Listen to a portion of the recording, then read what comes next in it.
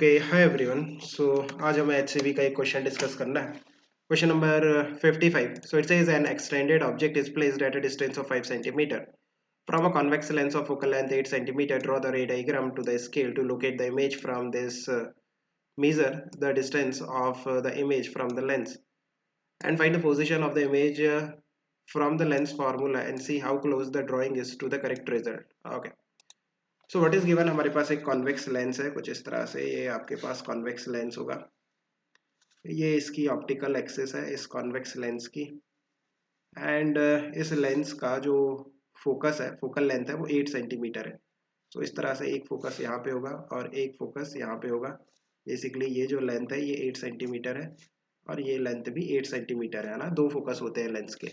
Now एक extended object हम रखते हैं perpendicular to the principal axis. इस तरह से ये आपका ऑब्जेक्ट है, कितने डिस्टेंस पे, 5 सेंटीमीटर पे। सो ये ऑब्जेक्ट कहाँ पे रखा है, फोकस और पोल के बीच में। सो इसकी इमेज लोकेट करनी है। सो एक रे जाएगी parallel to the principal axis जो कि फोकस से पास करेगी, समथिंग लाइक दिस। इस तरह से ये फोकस से पास करेगी और एक रे जाएगी इस पोल से जो कि अनडेविएटेड रहेगी, something like this. So you can see कि ये जो दो रेज है ये डाइवर्जिंग है ना।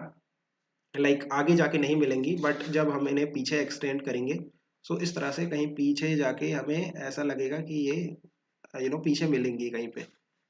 सो यहाँ पे पीछे एक्सटेंड करो दोनों रेस को।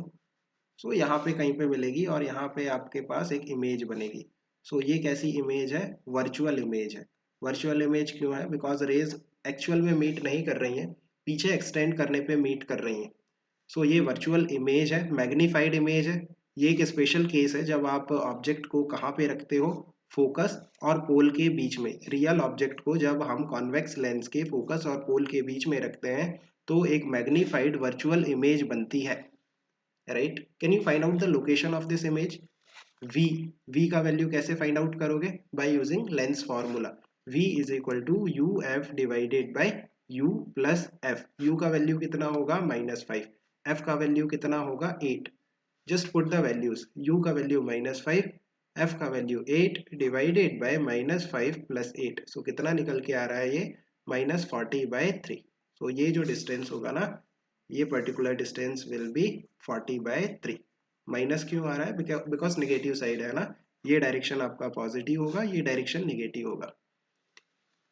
बस यही था, बाकी तो बाकी चीज़ें तो हम कर ही सकते हैं, राइट।